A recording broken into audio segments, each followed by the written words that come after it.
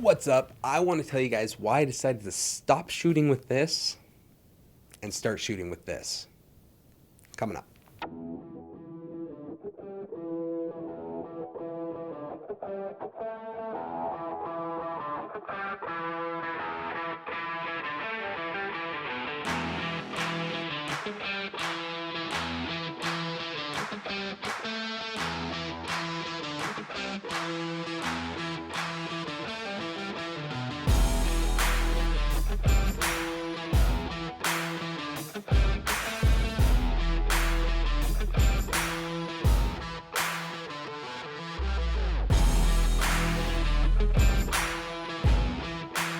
I recently made the decision to sell my Blackmagic Pocket Cinema Camera 6K and just make my EOS R my primary video camera. At first that might sound a bit nuts because the Blackmagic on paper is a much better video camera. It shoots in RAW, 6K, it has 15 stops of dynamic range, everything about it. It is a better video camera, but it's not a better video camera for me. And I'm going to kind of break that down and explain as to why. I'm a photographer first, and that's really my passion, is photography. Videography, it is an amazing creative outlet. I do like making films. I do like making videos. It's fun, but photography is it's what I fell in love with. I love taking photos. So the EOS R is a much better photo camera. And yeah, that's kind of comparing apples to oranges, but the EOS R is a better video camera than the Blackmagic is photo camera, if that makes sense. So I want a hybrid camera. I want something that is able to kind of do it all. The R5 is probably the better choice. However, I'm kind of holding off as I'm waiting for the true flagship camera from Canon. Until then, I think the EOS R is more than enough to suit my needs. The EOS R externally can record in 4K, 10-bit 422.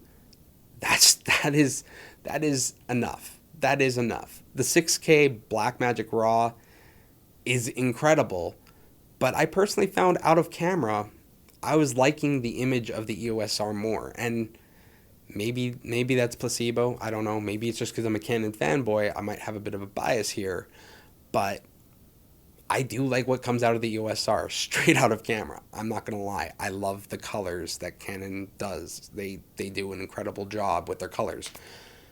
So yeah, that's a large reason why I started shooting with my EOS R more and more and more, because of the digital image stabilization, because of the ease of it, how light it is, because of that flip screen. I just started shooting with it more, and it can do 60 frames per second. It's able to do 4K. It's able to do a lot of what I need for my clients or for my creative work. So really, it financially just made sense for me to sell the Blackmagic in order to take that money and invest it into the Canon ecosystem.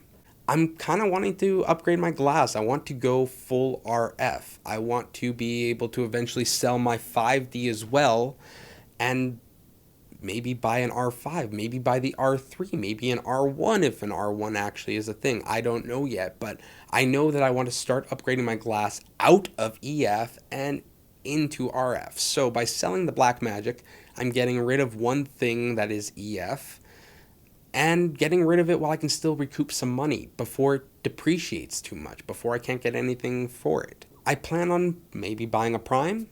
I don't know. We'll see. We'll see what happens. I'll let you guys know what I buy with that money. But it's already sold. I recouped most of my money, and the money I did lose on it, that was valuable education. I learned so much shooting with that camera, having to do everything manually, shooting in RAW, grading RAW, editing RAW.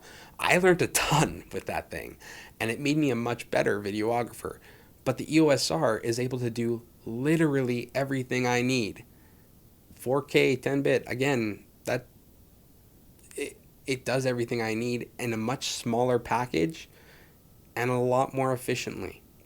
Honestly, for when it comes to turnaround time, when it comes to quality of work, I'm willing to make those few minor sacrifices, giving up the black magic for the ease and the usability of the Canon. The Canon camera is a pleasure to use. Honestly, I love shooting with it. So, that's all I have. If you like my gear talk, I mean, give it a like. Thanks so much for watching. I appreciate it. Honestly, having both for over a year, the EOS R is the better all-around camera, and I do not regret my decision at all. So, thanks so much for watching. See you next time. Peace.